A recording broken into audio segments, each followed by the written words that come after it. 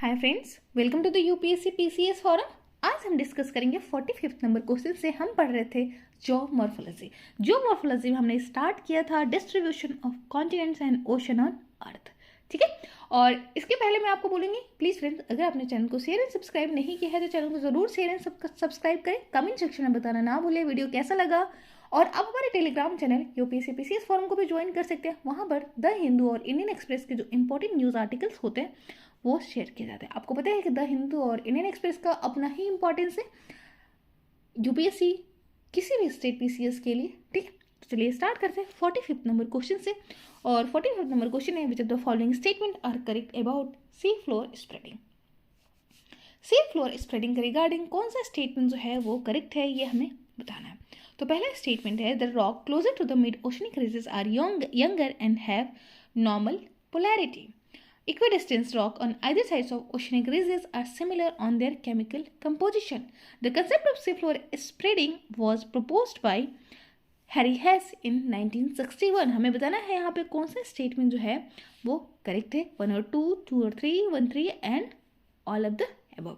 तो देखते हैं अगर कि रॉक जो है, जैसे कि हमने देखा कि आफ्टर सेकेंड वर्ल्ड वॉर क्या होता है, पिछली क्लास में हमने देखा था कि सेकेंड वर्ल्ड वॉर के बाद क्या होता है, हमें पता चलता है कि ओशन जो सरफेस है उस पर भी डिफरेंट टाइप का रिलीफ पाया जाता है।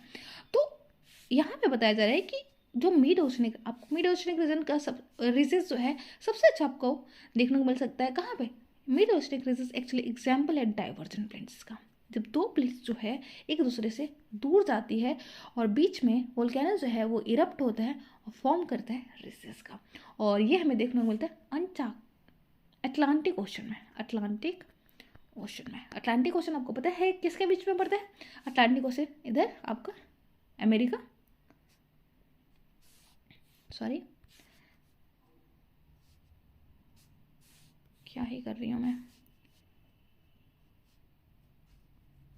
ये अमेरिका वाला पार्ट है, ये आपका यूरोप है, और यहाँ पर आपको देखने को मिलता है अफ्रीका, और ये है हमारा अटलांटिक ओशन। और अटलांटिक ओशन का मिड में हमें देखने को मिलता है मिड ओशनिक रीजेस। ठीक है, equidistance rocks on either sides of oceanic ridges are similar on their chemical composition. तो मान लीजिए ये आपका मिड ओशनिक रीजेस है और यहाँ से इक्वल डिस्टेंस पे क्या होता है कि जो रॉक का जो कॉम्पोजिशन होता है वो सेम होता है, केमिकल कंपोजिशन। ये भी बिल्कुल सही बात है। कंसेप्ट जो सी फ्लोर स्प्रेडिंग का दिया गया था वो प्रपोज किया गया था सबसे पहले 1961 में हैरी हेस के द्वारा। तो तीनों ही स्टेटमेंट हमारे यहाँ पे करेक्ट है। ऑप्शन नंबर डी हो जाएगा हमारा राइट आंसर। तो एक बार एक्सप्लेनेशन भी हम देख लेते हैं। सी फ्लोर स्प्रेडिंग जो कि 1961 में लाया गया था और ये प्रपोज किया गया था किसके द्वारा? हैरी हेस के द्वारा प्रपोज किया गया था। और उन्होंने आर्ग्यू किया था कि कंस्टेंट जो एरप्शन होता है क्रस्ट पे oceanic ridges cause the rupture of the oceanic crust. तो इरप्शन जो होता है, वोल्केनिक इरप्शन होता है, तो वो क्या करता है, रप्चर कर देते हैं किसको? ओशनिक क्रस्ट को, और न्यू लावा वेजेस का फॉर्मेशन होता है pushing the oceanic crust on either side. तो ये एक टाइप का एग्जांपल होता है डाइवर्जेंट प्लेट बाउंड्री का। Divergent plate boundary, convergent plate boundary, ये सब के बारे में काफ़ी अच्छे से डिस्कशन हुआ है डिटेल वीडियो में। अगर आपने नहीं देखा है तो ज़रूर देखिए। Hence, rock closer to the mid-oceanic ridges have normal polarity and are the youngest. और इनका जो polarity होता है, जो क्लोजर होते हैं किसके? रीजेस के, उनकी polarity जो होती है वो normal polarity होती है। ठीक है, The edges of the rock increases as one move away from the crest. As जो होता है रॉक्स का, जैसे ही वो क्रेस्ट से दूर जाते हैं तो उनका एज जो होता है वो बढ़ता जाता है। ठीक है, यहाँ का जो एज होगा वो इसके कंपैरिजन में ज़्यादा होगा। So remarkable similarities in period of formation, chemical composition and magnetic properties. 46 number question देख लेते हैं। Which of the following statement correctly describe the state of oceanic floor after sea floor spreading. तो इनमें से कौन सा जो है वो करेक्टली डिस्क्राइब करता है state of oceanic floor after sea floor spreading के बारे में, ये हमें बताना है। Formation of oceanic crust over one region leads to shrinking of oceanic crust in another region. Oceanic crust is continuously consumed at the oceanic trenches. Formation of new crust. Oceanic crust leads to the formation of new oceans. All of the above. हमें बताना है यहाँ पे कौन सा statement जो है वो regarding the sea floor spreading के सही है। तो formation of oceanic crust over the region leads to the shrinking of oceanic crust in another region. नहीं, ऐसा नहीं होता है। एक्चुअली क्या होता है कि कन्वर्जेंट होता है कहीं पर डाइवर्जेंट होता है। जैसे ये मान लीजिए कि आपका अटलांटिक ओशन है और यहाँ पर आपका क्या है, यहाँ पर आपका अफ्रीकन कॉन्टिनेंट है, ठीक है, और इधर आप में आपका क्या है, ओशनिक कॉन्टिनेंट। तो यहाँ पे ओशनिक कॉन्टिनेंट, यहाँ पे क्या है, कॉन्टिनेंट यहाँ पे ओशन कन्वर्जेंट होता है। तो जो लैंड और कॉन्टिनेंट का जो मास होता है, आपको पता है कि हेवियर जो होता है वो कॉन्टिनेंटल ये ओशनिक मास होता है, ठीक है, वो क्या होता है, सिंक करता है, ठीक है। अगर आपको इसमें कन्फ्यूज़न हो रहा होगा ना तो डिटेल वीडियो को देख सकते हैं, क्योंकि यहाँ पर बहुत टाइम नहीं बच रहा है और हमारे एग्जाम में काफ़ी नज़दीक है, तो काफ़ी अच्छे से डिस्कस नहीं कर पाएंगे। बस इतना ध्यान रखेंगे कि हेवियर जो होता है हमारा ओशनिक क्रस्ट होता है और वो क्या होता है, वो सिंगर सबसाइडिंग होता है। सबसिडेंस इसका जब होता है तो फॉर्मेशन, इधर सबसिडेंस होता है और इधर में क्या फॉर्मेशन होता है, ओशन का फॉर्मेशन होता है, ठीक है। तो ये गलत है। Oceanic crust is continuously consumed eight the oceanic trenches, और ओशनिक क्रस्ट जो होते हैं वो ओशनिक जो ट्रेंचेस होते हैं उसमें उनका कंजम्पशन होते रहता है, ये बिल्कुल सही बात है। Formation of new oceanic crust leads to the formation of new ocean, ऐसा नहीं है, तो ये भी हमारा रॉन्ग है। तो ऑप्शन नंबर बी हो जाएगा हमारा राइट आंसर। सी फ्लोर स्प्रेडिंग जो कि दिया गया था हैरी हेस के द्वारा, और मेंशन करते हैं कि oceanic crust that get push due to the volcanic eruption at the crest which sinks down at the oceanic trenches, और कंजम्पशन हो जाता है उसका। 47th नंबर क्वेश्चन देख लेते हैं। 47 consider the following statement as assertion and reason and choose the correct code. इसके regarding correct code हमें चूज करना है। The sediment on ocean floor are very thin, not much older than the sediments over the continents. Constant eruption at the crest of oceanic ridges cause rupture of the oceanic crust and forms new crust। हमें बताना है यहाँ पे कौन सा statement जो है वो करेक्ट है। तो यहाँ पे पहला स्टेटमेंट पे बिल्कुल करेक्ट है कि द सेडिमेंट जो होता है ओशन फ्लोर का वो बहुत थीन होता है, थीन सेडिमेंट्स होता है और ओल्डर नहीं होता है, मतलब मच ओल्डर नहीं होता है सेडिमेंट्स ओवर द मतलब कॉन्टिनेंट्स का जो सेडिमेंट्स होता है वो मच ओल्डर होता है comparison to the oceanic sediments, ठीक है। Constant eruption at the crest of the oceanic ridges cause rupture of the oceanic crust and forms new crust। ये भी अपनी जगह पे सही है कि constant eruption होता है crest of the oceanic ridges का, वो cause करता है किस चीज़ को, oceanic crust and form करता है new crust को। तो दोनों ही स्टेटमेंट यहाँ पे करेक्ट है, लेकिन रीजन जो है वो करेक्ट एक्सप्लेनेशन नहीं बताता है एसर्शन का, इसीलिए हमारा जो आंसर हो जाएगा वो हो जाएगा ऑप्शन नंबर बी। एक बार एक्सप्लेनेशन भी इसका देख लेते हैं। As scientists were expecting, if the ocean floors were as old as continent, then it must have a complete sequence of sediment for a period of much longer duration। लेकिन ऐसा नहीं मिलता है। सेडिमेंट जो ओशन फ्लोर का होता है वो काफ़ी थीन होता है और इससे हमें पता चलता है कि ओशनिक क्रस्ट जो है वो यंगर है in comparison to continental crust. 48 number question देख लेते हैं। Which of the following statement is are correct about the major tectonic plate on earth. तो मेजर टेक्टोनिक प्लेट के रिगार्डिंग कौन सा स्टेटमेंट जो है वो करेक्ट है ये हमें बताना है। There are 6 major tectonic plate on earth. उसके बाद है Nazca plate is the largest major plate. Major tectonic plate both include both continents as well as ocean. हमें बताना है यहाँ पे कौन सा स्टेटमेंट जो है वो करेक्ट है। पहला स्टेटमेंट करेक्ट नहीं है क्योंकि 6 मेजर टेक्टोनिक प्लेट नहीं है। दूसरा जो है नाज़का जो मेजर प्लेट तो है ही नहीं, ये तो माइनर प्लेट है। Major tectonic plates include both continent as well as ocean. तो बिल्कुल सही बात है, ऑप्शन नंबर सी हो जाएगा हमारा राइट आंसर, क्योंकि जो टेक्टोनिक प्लेट्स होते हैं वो इंक्लूड करते हैं कॉन्टिनेंट और ओशन दोनों को, ठीक है। Which of the two occupy a larger continental plate और oceanic plate depending on which of the two occupy a larger portion of the plate. Pacific plate जो होता है वो लार्जर ओशनिक प्लेट होता है, जबकि यूरेशियन प्लेट जो होता है वो कॉन्टिनेंटल प्लेट होता है लार्जर में।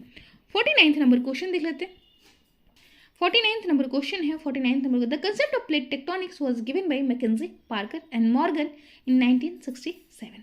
Lithospheric plate includes the crust and top mantle. The concept of sea floor spreading was developed by Alfred Wegener. हमें बताना है यहाँ पे कौन सा स्टेटमेंट जो है वो करेक्ट है। तो बिल्कुल पहला जो है वो बिल्कुल सही बात है कि प्लेट टेक्टोनिक थ्योरी जो है वो किसके द्वारा दिया गया था, मैकेंजी, पार्कर, मॉर्गन के द्वारा 1967 में। बिल्कुल सही बात है कि 1967 में प्लेट टेक्टोनिक थ्योरी दी जाती है।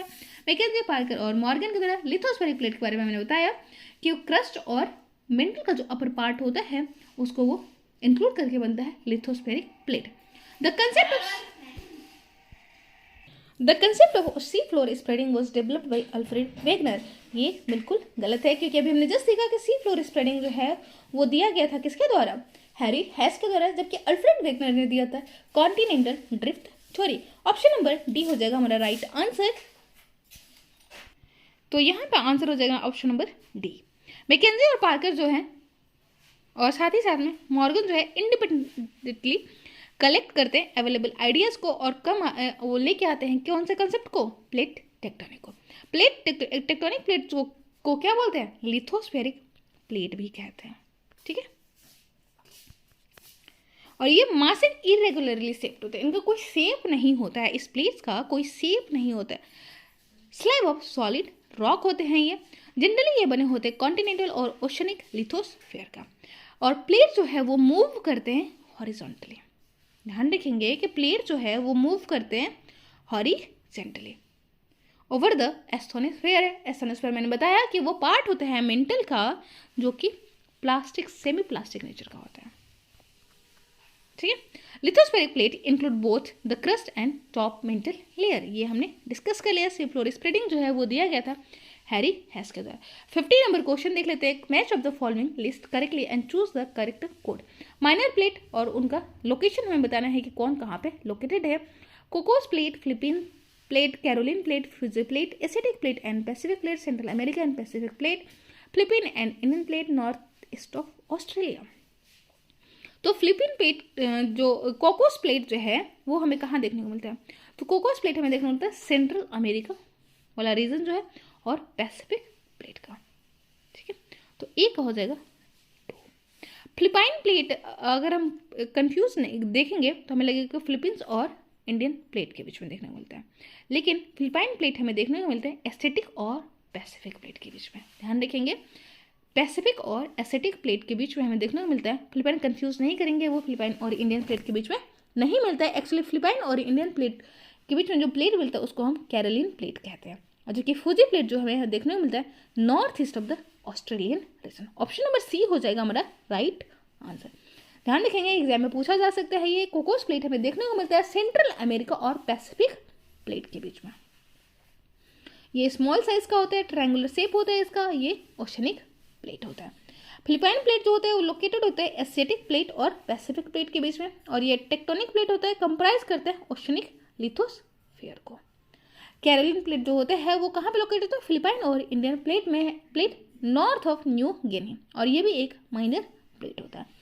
फूजी प्लेट जो होते हैं वो लोकेटेड होता है नॉर्थ ईस्ट ऑफ ऑस्ट्रेलिया, और these are all example of minor plate of the world, और इरेगुलर शेप होता है प्लेट का, बना होता है रॉक्स का।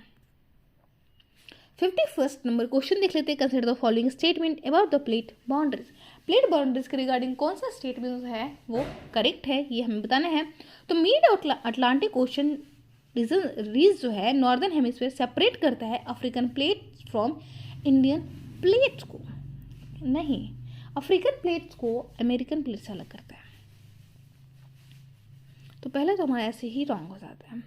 सेकेंड है new oceanic crust is generated at the divergent plane. Obviously new oceanic crust कहाँ पे फॉर्म होगा, जहाँ पे भी डाइवर्जेंट बाउंड्री होगा, जहाँ पे डाइवर्जेंट होगा तो एक नए ओशनिक क्रस्ट का फॉर्मेशन होगा। Older crust is destroyed at transform plate boundaries in the sub, नहीं, ओल्डर जो क्रस्ट होता है वो कहाँ पे डिस्ट्रॉय होता है, वो डिस्ट्रॉय होता है आपका कन्वर्जेंट प्लेट बाउंड्री पे। तो इसलिए हमारा जो राइट आंसर होगा यहाँ पे वो कौन सा होगा, ऑप्शन नंबर बी जो हो जाएगा वो हमारा राइट आंसर हो जाएगा। डाइवर्जेंट प्लेट में क्या होता है, दोनों जो प्लेट होते हैं वो एक दूसरे से अवे जाते हैं, ड्रिफ्टिंग अवे होता है। डिटेल वीडियो में काफ़ी अच्छे से डिस्कस किया हुआ, जाके जरूर देख सकते हैं। और in this boundary divergent plate boundary में क्या होता है, जनरेट होता है एक नए क्रस्ट का फॉर्मेशन होता है, क्योंकि प्लेट्स जो होते हैं वो एक दूसरे से अवे जाते हैं, ठीक। The site where the plate move away from each other called as spreading site। जो जिस साइड पे दोनों ही प्लेट एक दूसरे से दूर जाते हैं उसको बोलते हैं spreading sites. The best known example जो है वो हमें देखने मिलता है मिड अटलांटिक रीसेस का, ठीक है।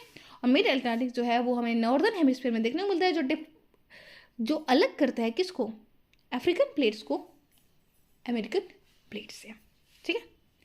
और सबडक्शन जो होता है वो हमें कहाँ देखने को मिलता है, वो हमें देखने को मिलता है कन्वर्जेंट बाउंड्रीज पे where the crust is destroyed as one plate dived into the other. जो क्रस्ट है वो सबडक्ट करता है दूसरे प्लेट्स के अंदर और ये फिर क्या हो जाता है, इसका डिफॉर्मेशन हो जाता है, डिस्ट्रॉय हो जाता है। 52nd नंबर क्वेश्चन देख लेते हैं। Which of the following statement is correct about the transform fault. Transform fault के रिगार्डिंग कौन सा स्टेटमेंट जो है वो करेक्ट है, ये हमें बताना है। Crust is neither destroyed nor formed in the transform fault. Transform faults are generally aligned perpendicular to the mid-oceanic region. Rotation of Earth affect the separate block of the plates. All of the above. हमें बताना है यहाँ पे कौन सा statement जो है वो करेक्ट है रिगार्डिंग द ट्रांसफॉर्म फॉल्ट के। ट्रांसफॉर्म फॉल्ट के रिगार्डिंग कौन सा स्टेटमेंट जो है वो करेक्ट है। बिल्कुल पहला स्टेटमेंट बिल्कुल करेक्ट है कि क्रस्ट का ना ही फॉर्मेशन होता है ना ही डिस्ट्रॉय होता है ट्रांसफॉर्म फॉल्ट्स में, जबकि क्रस्ट का डिस्ट्रक्शन होता है कन्वर्जेंट प्लेट बाउंड्री में और क्रस्ट का फॉर्मेशन होता है डाइवर्जेंट प्लेट बाउंड्री में। ध्यान रखेंगे ये ट्रांसफॉर्म फॉल्ट बाउंड्री जो होते हैं जनरली परपेंडिकुलर होते हैं, ठीक है, ये परपेंडिकुलर होते हैं to the mid oceanic region. Rotation of earth जो होता है वो अफेक्ट करते हैं separated block of the plates. तो बिल्कुल रोटेशन ऑफ द अर्थ उनको अफेक्ट करता है सेपरेशन ऑफ द ब्लॉक। तो ऑप्शन नंबर डी हो जाएगा हमारा राइट आंसर, क्योंकि यहाँ पे चारों ही ऑप्शन हमारे करेक्ट हैं। These faults are found where the crust is neither produced nor destroyed as the plate slides horizontally past each other. एक दूसरे को पास कर जाते हैं, ठीक है। As the eruption do not take place all along the entire crest at the same time, there is a differential movements of the portion of the plate away from the axis of the earth. Rotation of earth has its effect on the separated block of the plate portion. 53rd number question देख लेते हैं। Consider the following assertion and reason and choose the correct code. Correct code हमें बताना है assertion और reason के regarding. assertion है radioactive decay of rocks and residual heats form convective cells inside the surface of the earth. Different tectonic plates move at different rates over the earth. हमें बताना है यहाँ पे कौन सा स्टेटमेंट जो है वो करेक्ट है। तो पहला जो है वो बोल रहा है रेडियो एक्टिव डीके जो होता है रॉक्स का और रेसिडुअल हीट्स जो फॉर्म करती है कन्वेक्टिव सेल्स का inside the surface of the अर्थ। बिल्कुल सही बात है कि हमने अभी जस्ट देखा कि कन्वेक्शन करंट रिस्पॉन्सिबल होता है ड्रिफ्टिंग ऑफ द कॉन्टिनेंट्स, ठीक है। और ये हमें सबसे पहले कौन बताता है, हैरी हेस कन्वेक्टिव सेल के बारे में बताते हैं। तो कन्वेक्टिव सेल रीजन क्या होता है, रेडियो एक्टिव जो डीके होता है रॉक्स का वो इसके पीछे का रीजन होता है, ठीक। तो पहला बिल्कुल करेक्ट है। सेकेंड जो है different tectonic plate move at different rates over the अर्थ। बिल्कुल ये भी बिल्कुल सही बात है कि डिफरेंट टेक्टोनिक प्लेट जो होते हैं मूव करते हैं डिफरेंट रेट से अर्थ सरफेस पे। ये भी बिल्कुल करेक्ट बात है। दोनों ही एसेशन और रीजन यहाँ पे करेक्ट है और रीजन जो है वो करेक्ट एक्सप्लेनेशन बताता है। एसेशन का रीजन करेक्ट नहीं बताता है, इसलिए हमारा स्टेटमेंट हो जाएगा बी नंबर करेक्ट। एक बार एक्सप्लेनेशन भी देख लेते हैं। Heat within the earth comes from two main region. Two main sources होते हैं, एक तो होते हैं radioactive decay. Radioactive decay की वजह से क्या होता है, हीट का फॉर्मेशन होता है inside the earth, okay, and residual heats which makes a convective cell inside the earth surface. Different tectonic plates move at different rates. जो प्लेट्स होते हैं वो डिफरेंट रेट से बने होते हैं। आपको पता है कि जो प्लेट्स बने होते हैं माइनर और मेजर प्लेट से, जैसे कि नाजका हो गया वो आपका माइनर प्लेट हो गया, कैरोलिन माइनर प्लेट हो गया, पैसिफिक मेजर प्लेट हो गया, यूरेशियन मेजर प्लेट हो गया। तो ये सब आपको पता है।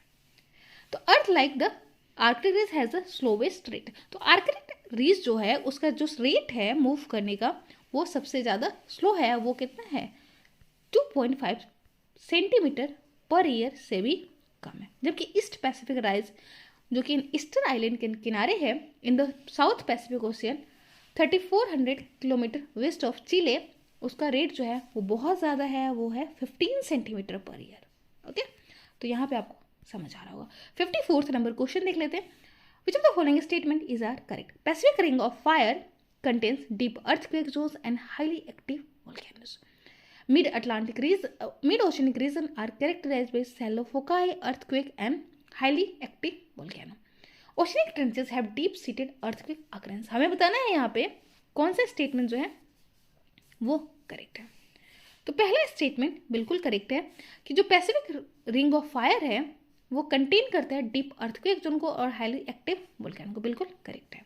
सेकेंड स्टेटमेंट जो है वो mid oceanic regions are characterized by shallow foci of earthquake and highly active volcano.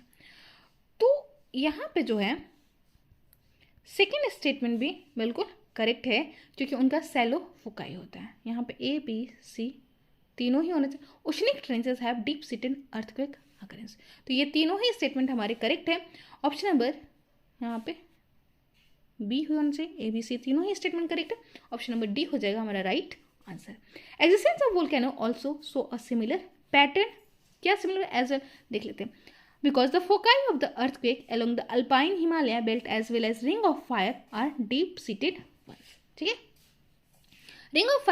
Ring of the Pacific is called as Ring of Fire due to the existence of active volcano in this earth। तो Ring of Fire क्यों कहा जाता है? क्योंकि वहाँ पे present होते हैं वोल्केनिक एक्टिव वोल्केनिक वोल्केनोस। ठीक है, डीप ट्रेंचेस जो होते हैं उनका डीप सीटेड अर्थक्वेक होता है, जबकि मिड ओशनिक जो रीजन्स होते हैं वहाँ पे अर्थक्वेक जो होता है उनका जो फोकाई होता है वो सैलो डेप्थ पे होता है। ठीक है, तो आज का इतना रहने देते हैं, नेक्स्ट क्लास में हम पढ़ेंगे रॉक से। Thank you so much, bye.